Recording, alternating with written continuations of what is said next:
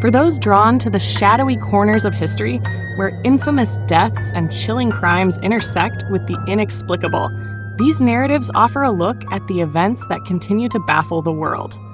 This is an exploration into the strange and the unsettling, focusing on those rare moments when reality itself seems to fracture. It's the early morning of March 4th, 2022, in the quiet mountain town of Camas, Utah. Snow still covers the ground as a frantic 911 call brings first responders racing to the home of Eric and Corey Richins. Inside the bedroom, they find 39-year-old Eric Richins unresponsive at the foot of the bed. His wife, Corey, tells investigators she woke to discover him cold to the touch. Down the hall, their 3 young sons are still asleep, unaware that their father has died. At first, it appears to be a heartbreaking medical tragedy that has shattered an ordinary family overnight. Weeks later, that story falls apart. The Utah medical examiner determines Eric didn't die naturally.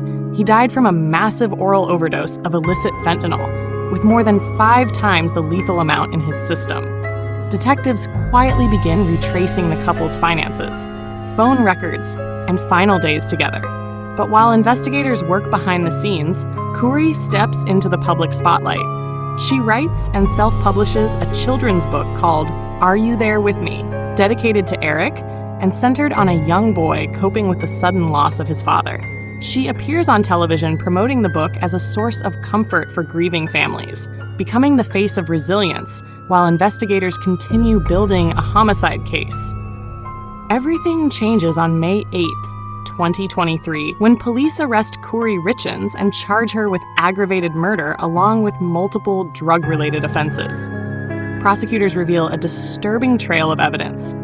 Investigators allege she had secretly tried to make herself the sole beneficiary of Eric's $2 million life insurance policy, only for Eric to discover the attempt, remove her from his estate plans, and begin consulting a divorce attorney.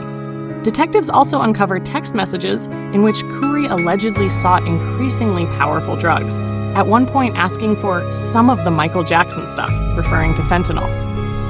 Friends later tell police that weeks before his death, Eric became violently ill after a Valentine's Day dinner and privately confessed that he feared his wife was trying to poison him.